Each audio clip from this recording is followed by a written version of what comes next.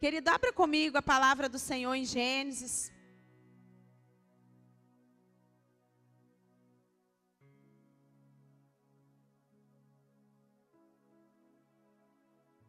Gênesis capítulo 22.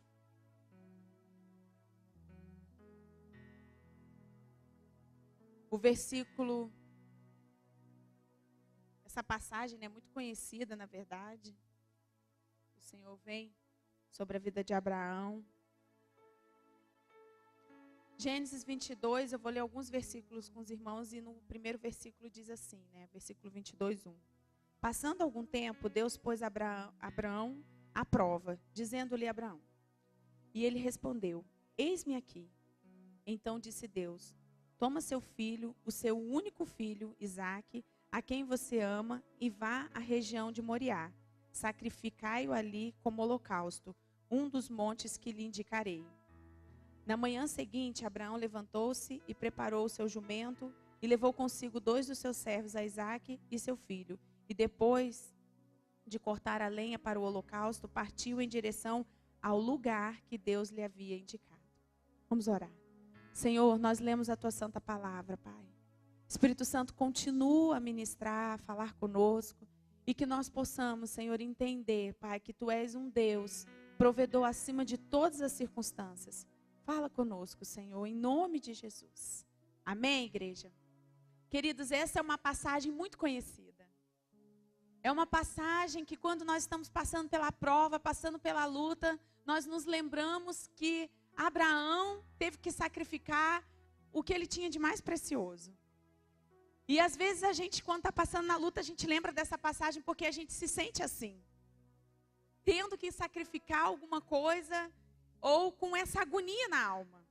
Porque geralmente quando a gente está passando por alguma aflição, traz à memória essa aflição de que é sacrificar um filho, não é verdade? Eu acho que não tem, já foi até feita uma pesquisa, não tem dor maior do que a questão de um filho, da morte de um filho com a mãe com o pai, né? A experiência de filho com os pais. Mas essa passagem é algo que o Senhor deu e depois o Senhor fala para devolver para ele. Então nos traz uma agonia de muitas das vezes no nosso dia a dia, nós estarmos caminhando, nós estarmos no nosso trabalho, porque nós sabemos que foi o Senhor que me deu. Nós estamos com os nossos filhos e nós dizemos foi o Senhor que nos deu. Na nossa igreja, e foi a igreja que o Senhor me chamou, a igreja que o Senhor me deu.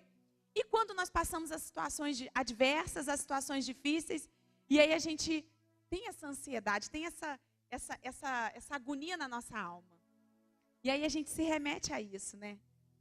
E mais uma vez, quando nós sabemos que foi o Senhor que nos deu, que foi o Senhor que nos permitiu aquilo, a gente sente dor, a gente passa aflição, a gente passa agonia, a gente vê filho doente, a gente tem problema na igreja, a gente tem problema no trabalho, o patrão está reclamando, alguém no trabalho está pegando no seu pé, na escola você tem sofrido bullying, na escola estão te perseguindo, e a gente fica com essa sensação, peraí, mas isso aqui não é de Deus? Porque Isaque não era de Deus, gente? Abraão não esperou por essa promessa durante tantos anos. E aí começa uma agonia nova na alma daquele homem, depois dele estar pegando o seu filho no colo, vivendo a promessa, vivendo o sonho. O que fazer quando a promessa chega? O que fazer quando a promessa chega? A gente se deleita com a felicidade, não é verdade? A gente dá glória a Deus, amém? A gente fala, obrigada, Senhor, minha promessa chegou. E muitas das vezes a gente conquista um trabalho, conquista uma carteira de trabalho, conquista coisas pequenas. Compra alguma coisa que você tinha desejo no seu coração, vai a algum passeio que você tinha desejo no seu coração, faz uma viagem que você tinha o desejo no coração. E aí você fala, obrigada, Senhor, vitória. Né? Crente é muito assim, né? Outro dia eu estava conversando com a esposa do bispo, a esposa do bispo falou, Dimila, eu gosto de conversar com você, que você é meio pentecostal. Tudo para você é vitória, né? Que eu falei para ela assim, que o bispo caiu, né? Machucou, ele está de cama. E aí eu falei assim, querida, Deus sabe o porquê, dá vitória na dor. Aí ela, mas é bom conversar com gente assim, né? Que aí você motiva logo a dor, né, do outro, né? A gente não pode deixar a derrota, amém, querido? A gente tem que trazer à existência o nosso Deus. Eu falei, até na queda, Deus sabe o porquê, vamos dar vitória. É difícil. Eu sei que é difícil. Mas Abraão estava vivendo esse tempo. E eu e você temos vivido tempos de promessa. Eu tenho visto na vida de muitos irmãos aqui, na minha vida, efeitos da glória de Deus. Amém, igreja? Nós temos um Deus que faz. Nós temos um Deus que cura, um Deus que liberta, um Deus que salva. E nós não podemos renunciar a isso. Nós temos que ver as coisas boas sim. Nós temos que ver as coisas do nosso Deus e dizer, foi o meu Deus quem fez isso. Eu coloco toda a glória para Deus. Eu vejo um feito bom, eu vejo uma coisa boa, eu falo, glória a Deus. Foi pela vida, foi pelo Senhor. O Senhor te deu. E nós não podemos perder isso, enquanto igreja. Mas o que fazer em meio à promessa, quando a promessa chega e quando a vitória chega e a agonia vem? A gente fala muito assim, né? Olha, quando você não tem carro, você não vai para a praia no verão, então você vem para a igreja. Já ouviu isso? Aí a vitória chega, o irmão para de vir na igreja. Ah, então Deus tem que te ensinar primeiro, tem que te consolidar na igreja, tem que te consolidar na escola dominical, para quando a sua vitória chegar, quando seu carro chegar, você não faltar à escola dominical. Já ouviu isso? Quem já ouviu? Todo mundo, né, gente? Mas é verdade. Por mais que nós estamos em busca de uma promessa, ou talvez a sua promessa já chegou, nós precisamos aprender a lidar com a nossa promessa. Porque nós somos mordomos do Senhor. Nós estamos aqui para que o Senhor nos direcione, para que o Senhor permita que nós venhamos a desfrutar daquilo que Ele tenha nos dado. Da nossa inteligência, do nosso carro, da nossa casa, do nosso trabalho. Tudo vem dEle e é para Ele. Querido, aprenda a glorificar o nome do Senhor naquilo que você faz no seu dia a dia. No seu trabalho, naquilo que você coloca as suas mãos, que você coloca a sua inteligência, o seu racional. Não coloca isso como uma honra, como algo que faz você ter poder, você crescer. Mas eleva isso para que o nome do Senhor venha a ser exaltado. Eleva isso para que a glória de Deus venha a ser exaltada na sua vida. Você vai ver que você só tende a crescer. Você vai ver que você só tende a melhorar, a ser mais humano, a ser mais maduro. Amém, igreja? Porque quando a promessa chega, muitas das vezes as pessoas perdem a promessa. Porque não sabem lidar com a promessa. Não sabem vivenciar a sua fé, colocar a sua fé em ação naquela promessa. Tem gente que faz campanha, que ora, que busca. Quantas pessoas crescem com Deus quando estão passando na prova? Quantas pessoas aprendem a orar, aprendem a louvar, aprendem até que tem um dom.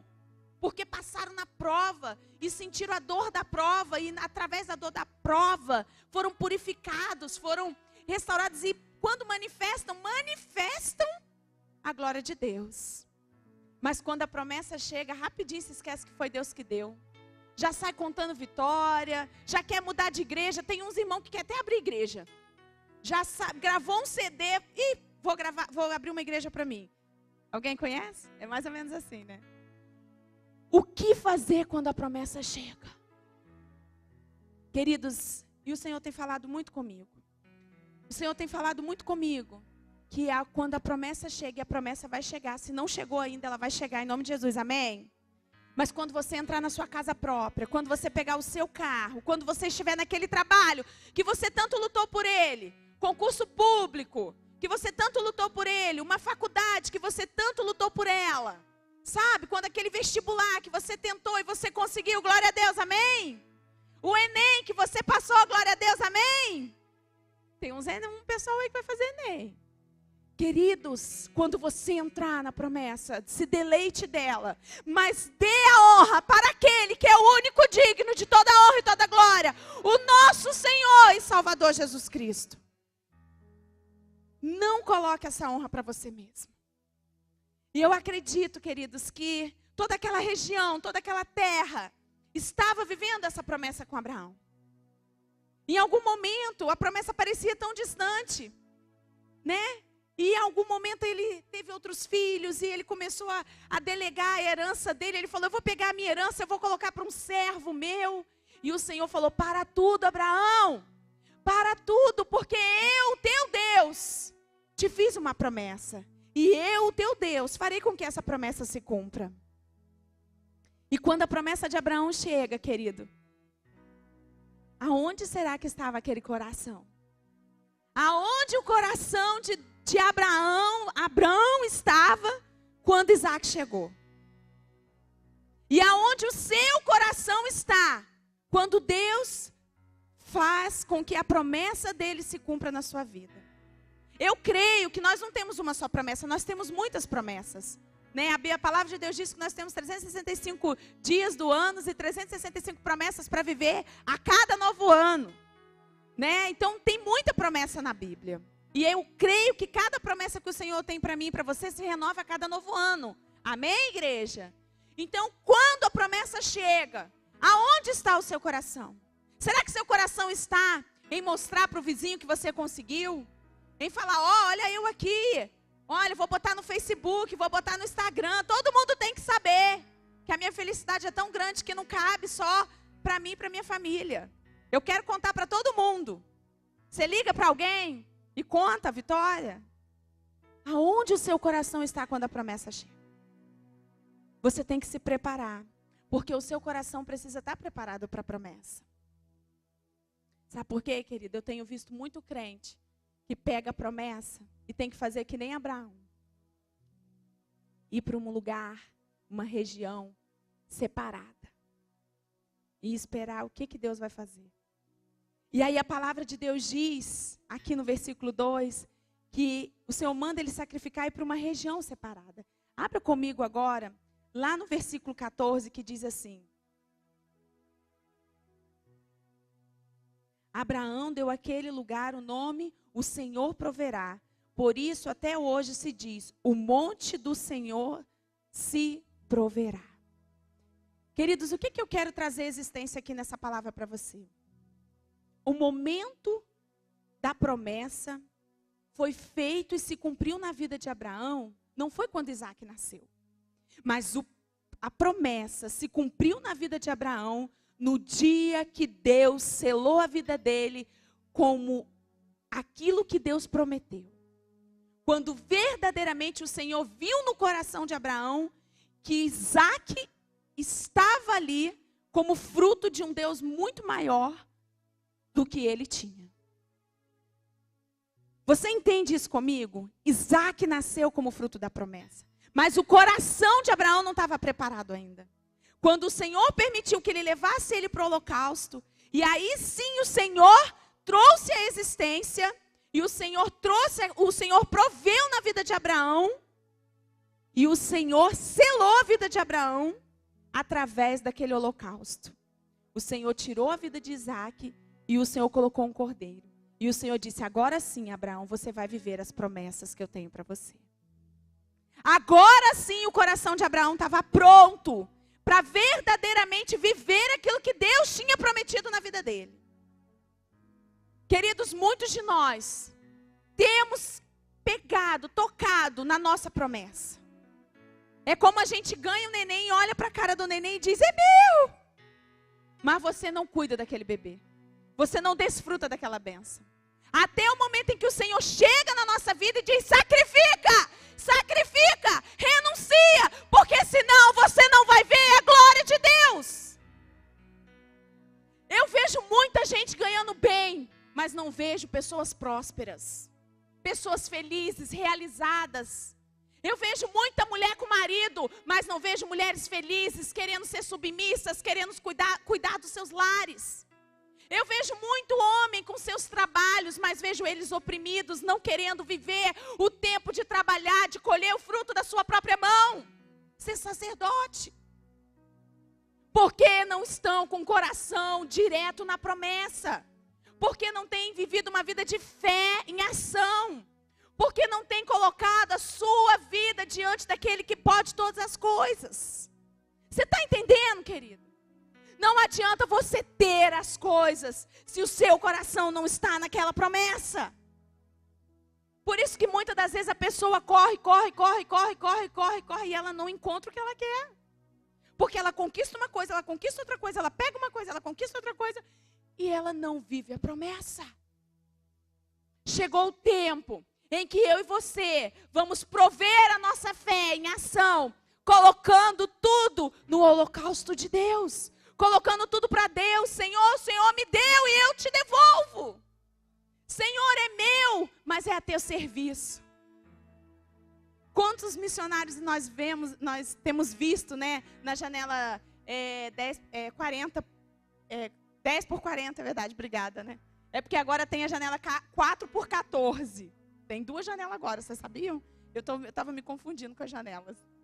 Mas muitos missionários que vão às portas abertas também. São médicos, né? São psicólogos, são pedagogos. São pessoas que estão oferecendo o seu trabalho para a obra de Deus. Queridos, nós precisamos viver esse tempo em que a nossa promessa, ela não é nossa, ela é do Senhor. Porque nós precisamos manifestar essa fé. E colocar essa fé à disposição para que a glória de Deus venha ser feita na minha vida e na sua. Como é tremendo quando eu olho para essa história, quando eu olho para esse momento e eu consigo também discernir algo muito lindo. Que aquele lugar era um lugar chamado de região. E a partir do momento do holocausto, a partir do momento em que o Senhor completa a obra na vida de Abraão, aquele lugar começa a se chamar monte. O Senhor proverá. E eu gosto muito dessa expressão, porque crente quando precisa, ele vai para o monte. Crente quando está passando na prova, ele vai para o monte. Crente quando está passando na prova, ele diz, estou num deserto, não é? Ou então estou num vale. Essas 3 expressões. E eu vou pregar sobre essas 3, né? O monte, o vale e o deserto. O que o crente faz quando ele vai para o monte? Ele vai para o monte porque o Senhor proverá.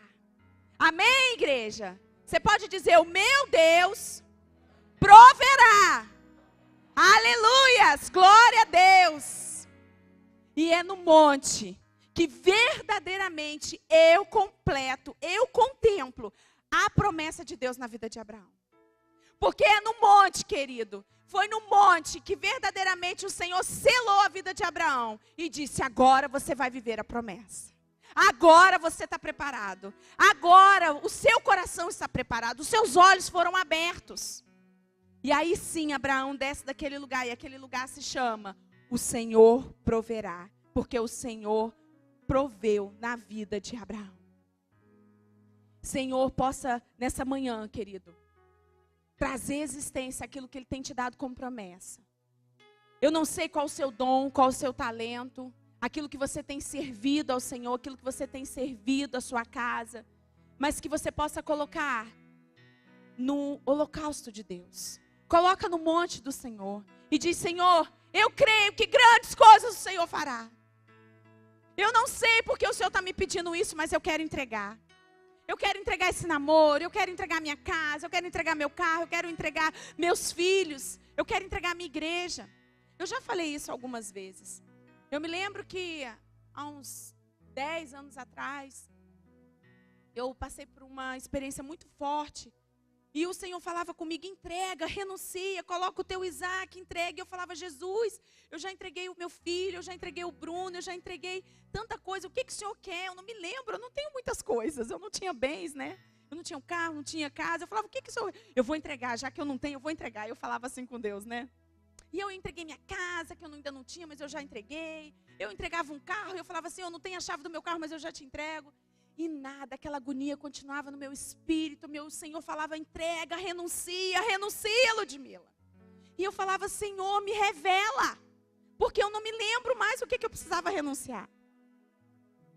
E aí, eu me lembro direitinho, né? A gente ali na escola de missões. Eu fui para aquele campo. E fiquei ali a sós com Deus. E aí o Senhor falou assim, entrega o amor que você tem pela sua igreja. E eu não sabia que eu amava tanto a igreja. Que eu amava servir tanto a igreja. Que eu estava colocando muito acima daquilo que era para ela estar. Porque a gente que ama servir a casa do Senhor, a gente que ama servir a igreja, querida, a gente ama igreja, a gente ama ser igreja. E entregar a igreja para mim foi muito difícil. Porque eu não sabia que isso era sacrifício. E aí foi quando o Espírito Santo falou, se você quer viver a promessa, renuncia primeiro. E aí eu me lembro que eu chamei algumas amigas e eu compartilhei com elas. E nós oramos. E na hora de entregar eu não conseguia. me deu um bolo aqui na garganta e as meninas falavam assim, fala, bota pra fora. E eu falava, gente, não sai, não sai. Como foi difícil. Mas eu passei pelo holocausto de Deus. Eu me lembro que aqui nós ficamos horas orando e foi muito tremendo. E nós precisamos, querido, olhar para dentro de nós e ver aquilo que nós precisamos sacrificar, aquilo que nós precisamos entregar no altar do Senhor. Para que a glória de Deus venha a ser manifestada. Para que a promessa de Deus se cumpra na sua vida hoje. Começa a viver o monte de Deus. Começa hoje a viver a provisão do Senhor na sua vida. Eu não sei aquilo que está apertando você. Talvez não seja a mesma coisa que apertou a mim. Mas eu quero dizer para você que esse Deus é um Deus que provê. É um Deus maravilhoso e Ele transforma. A palavra de Deus diz que diante de inúmeras promessas que tem na palavra, inúmeras coisas maravilhosas que o Senhor tem prometido ao povo dele, sempre houve a manifestação de monte na vida de grandes homens de Deus. De grandes homens de Deus de fé. E a palavra de Deus diz que tem um monte, né, da terra santa.